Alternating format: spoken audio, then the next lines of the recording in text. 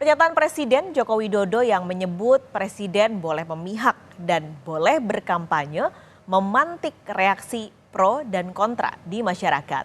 Walau undang-undang tidak melarang Presiden dan Wakil Presiden yang masih menjabat untuk ikut serta dalam kampanye Capres-Cawapres, namun Jokowi dinilai inkonsistensi karena dalam pernyataan sebelumnya Jokowi menyebut pemerintah harus netral.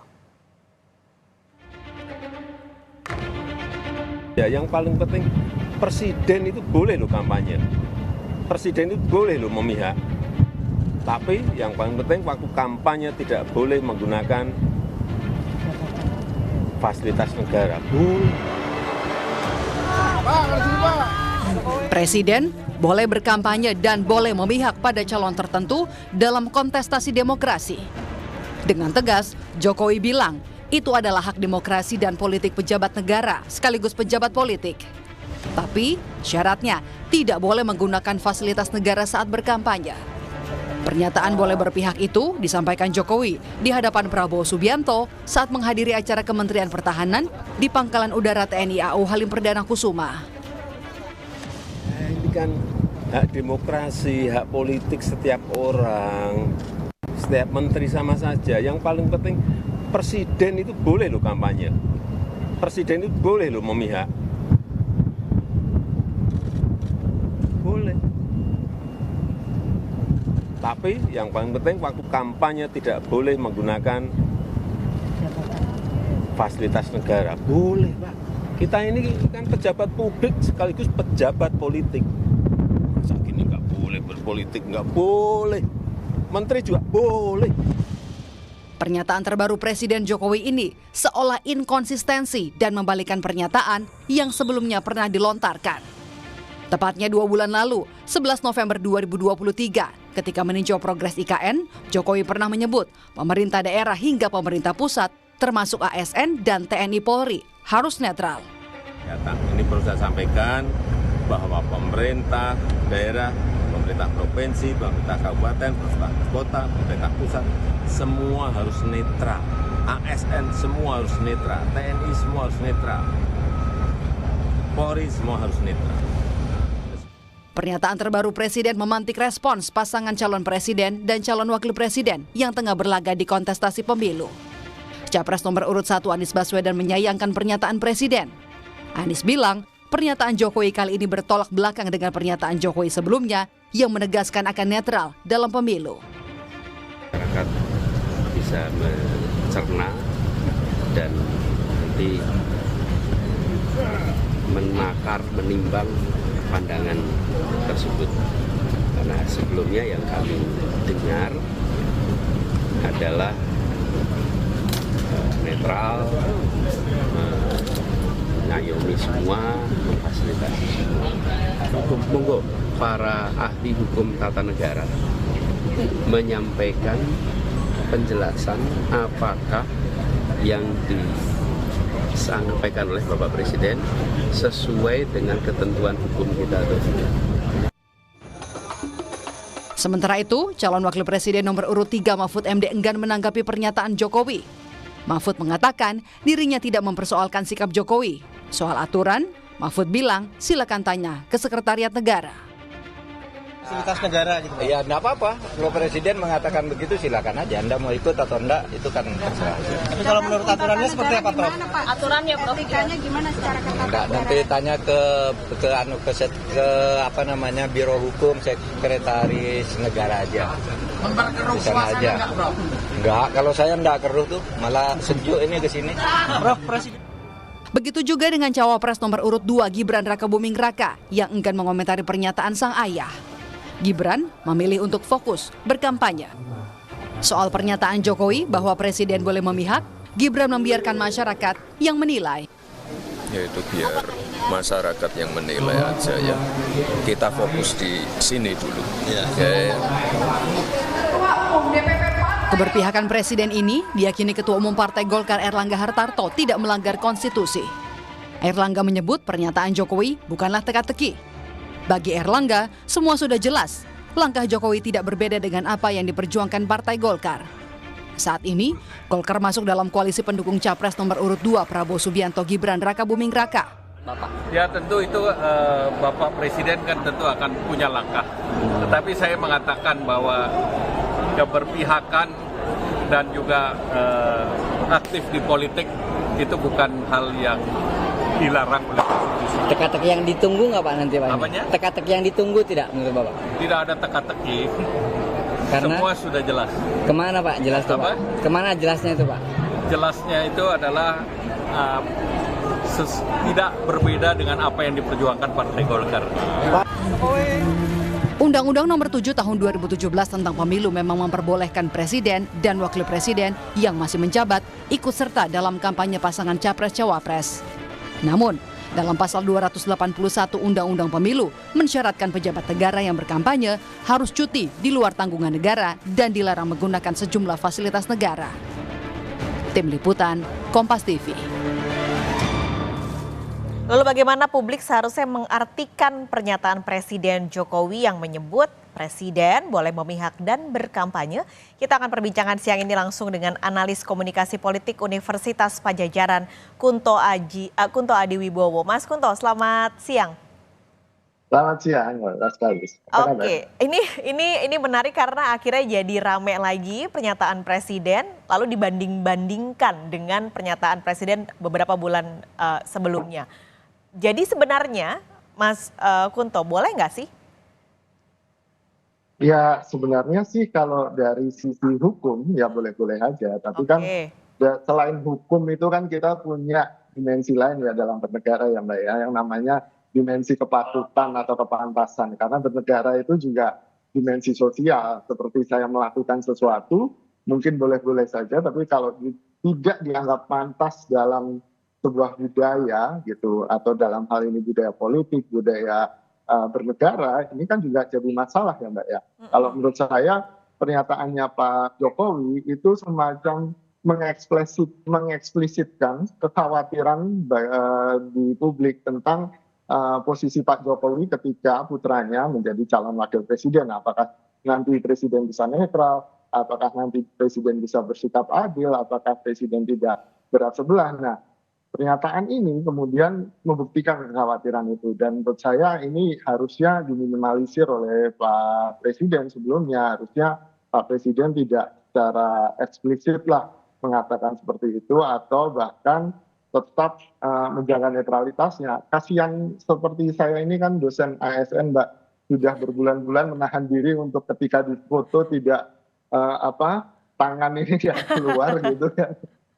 Tapi kan tiba-tiba presidennya berbicara seperti itu kan seperti tamparan bagi kami kan ini loh. Terus gimana ini? Apakah memang harus netral atau tidak? Nah menurut saya ini yang jadi efek besar dari pernyataan Pak Presiden. Jadi sebenarnya kalau dari komunikasi politik, langkah dan pernyataan yang dilakukan Presiden kemarin membuat semakin panaskah perpolitikan saat ini di akhir-akhir ini? Ya Mbak, tentu saja ini menjadi dinamika politik yang semakin menurut saya tidak mengajak pada cita-cita awal bahwa kita harusnya pemilu ini sebagai sebuah wahana untuk kita belajar berpolitik, meningkatkan kemampuan kita dalam berpolitik juga semakin tenang, semakin rukun. Ternyata itu jauh api dari panggang gitu kan. Yang jadi masalah kemudian adalah Pak Presiden ketika mengatakan itu tidak membedakan dirinya sebagai presiden, kepala negara, gitu kan, kepala pemerintahan, panglima tertinggi angkatan bersenjata dengan Jokowi yang bapaknya Gibran kan gitu. Ini kan jadi problem ya Mbak. Dan ini menurut saya adalah akar dari masalah kita di Indonesia di pemilu 2024 ini, konflik kepentingan masalahnya kan gitu. Ketika konflik kepentingan ini tidak dijaga dan bahkan diumbar ke publik, menurut saya akhirnya adalah public trust yang semakin turun gitu kan, ketidakpuasan yang semakin naik dan kemudian takutnya adalah delegitimasi hasil pemilu. Nah menurut saya kita harus menjaga nih, sama-sama menjaga supaya yang terakhir itu tidak terjadi gitu Mbak. Oke, ini juga sebenarnya sudah ada pernyataan dari Ari Dwi Payana. Ari Dwi Payana menyatakan bahwa pernyataan Presiden ini disalahartikan begitu. Meskipun sebenarnya kalau kita simak lagi, Presiden jelas-jelas bilang Presiden boleh berkampanye begitu ya, Mas Kunto. Dalam pernyataan Ari Dwi Payana juga ia menyatakan membandingkan dengan Presiden sebelumnya. Presiden kelima dan keenam juga punya preferensi politik secara jelas, bahkan partai politiknya secara jelas. Nah, apakah bantahan yang disampaikan istana ini membantu atau mengklarifikasi apa yang disampaikan Presiden kemarin? Orang presiden-presiden sebelumnya juga gitu kok, gitu Mas. Ya, tapi presiden sebelumnya nggak ada putranya yang sedang jadi calon wakil presiden atau calon presiden gitu, Mbak. Itu nomor satu. Yang kedua, tahun 2019 walaupun Pak SBY ikut kampanye, tapi beliau melapor ke KPU, beliau kemudian juga tidak kemudian memberikan statement presiden boleh dong berpihak gitu, enggak gitu. Jadi ada soal kepantasan ini Mbak. Kalau kata orang Jawa kan ngono ya ngono ning ojo ngono gitu. Menurut saya Pak Jokowi harusnya lebih paham soal ini sebagai orang Jawa gitu.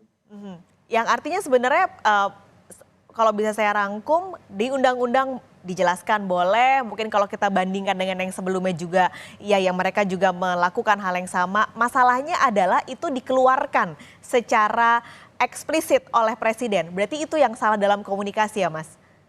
Ya Mbak, semua konten komunikasi itu tergantung dari konteks. Ya, makna itu tidak hadir sendiri dalam konten, tapi selalu ada konteks. Nah, konteks politik selama pemilu 2024 ini kan telah menghadirkan beberapa makna kan Mbak gitu. Yang pertama soal keputusan MK. Di situ ada konflik kepentingan gitu kan. Lalu kemudian sekarang di sini pun ada konflik karena yang diserang kan sebenarnya ketika akun X atau Twitternya Kemenhan men-tweet soal Prabowo Gibran 2024 kan. Kemudian publik mempertanyakan hal itu, bahkan salah satu calon presiden Pak Ganjar juga mempertanyakan hal itu, mengkritik hal itu dengan terbuka. Dan Pak Presiden Jokowi seakan-akan membela hal itu dengan bahkan mengatakan, loh Presiden boleh dong, Menteri boleh dong. Nah ini kan sebenarnya kan urutan konteksnya adalah konteks konflik kepentingan ini Mbak gitu. Jadi ini yang membuatnya tidak pantas gitu Mbak. Kalau masalah boleh tidak boleh, saya bukan ahli hukum tata negara gitu kan. Interpretasi atas undang-undang bisa diperdebatkan gitu kan. Tapi kan di situ ada pasal 282 yang bilang pejabat negara itu dilarang membuat keputusan atau melakukan tindakan yang menguntungkan atau merugikan salah satu peserta pemilu gitu. Dan ya mari kita lihat apakah itu bisa dianggap sesuatu yang menguntungkan atau tidak gitu. Oke, ini kami tampilkan juga pasal-pasal yang mendukung atau yang berisikan soal aturan para pejabat negara, lalu juga presiden soal kampanye. Tapi ini kita tadi Mas Kunto bicara soal makna dan juga konteks. Banyak yang bilang kalau presiden tuh kalau ngomong pasti ada deh makna di belakangnya apa gitu. Nah kalau yang kemarin ketika presiden menyampaikan hal tersebut di depan awak media, sebelahnya ada Capres Prabowo Subianto sekaligus Menhan. Menurut Mas Kunto apakah itu juga bermakna dan memiliki konteks tertentu? Ya Mbak, kalau menurut saya konteksnya kan tadi kan saya sudah jelaskan bahwa Menhan men-tweet Prabowo Gibran 2024 gitu kan, dan itu jelas di bawah kementerian di bawah Pak Prabowo kan begitu. Dan kemudian ini kan konflik kepentingan yang sangat-sangat nyata dan ini kan sebenarnya nggak boleh.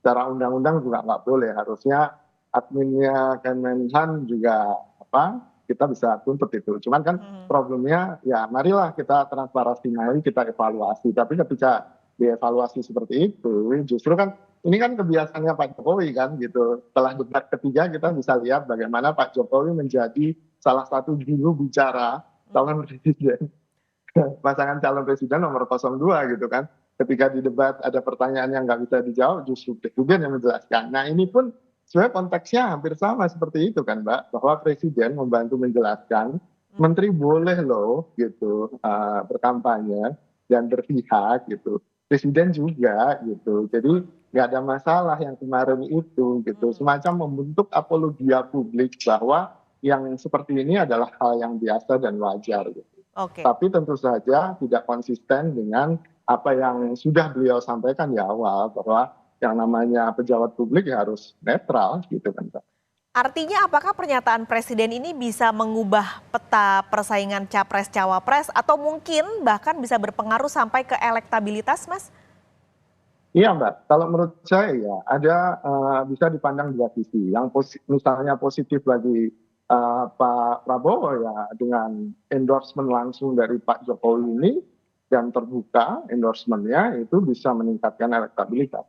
Tapi di lain sisi tadi kan ada problem berlebihan lah gitu, endorsementnya sudah berlebihan sehingga ini juga akan menimbulkan sentimen yang negatif bagi para pemilih yang akhirnya juga akan kok gitu amat dia gitu, dan akhirnya mungkin akan mengubah pilihan elektabilitas.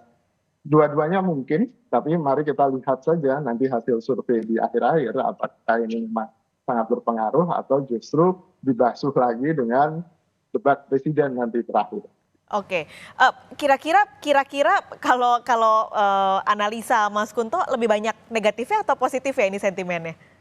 Ya kalau di media sosial lebih banyak negatifnya, tapi sekali lagi itu media sosial yang bukan cerminan elektabilitas sesungguhnya, tapi paling tidak itu bisa jadi salah satu indikator bahwa publik merespon negatif atas pernyataannya Pak Jokowi ini dan bisa jadi itu diterjemahkan dalam elektabilitas nanti. Oke, jadi nanti kita lihat angkanya di survei berarti apakah ada efek dari pernyataan Presiden kemarin. Mas Kunto Adiwibowo, terima kasih. Analis komunikasi politik Universitas Padjadjaran sudah bergabung di Kompas siang hari ini. Sehat selalu Mas.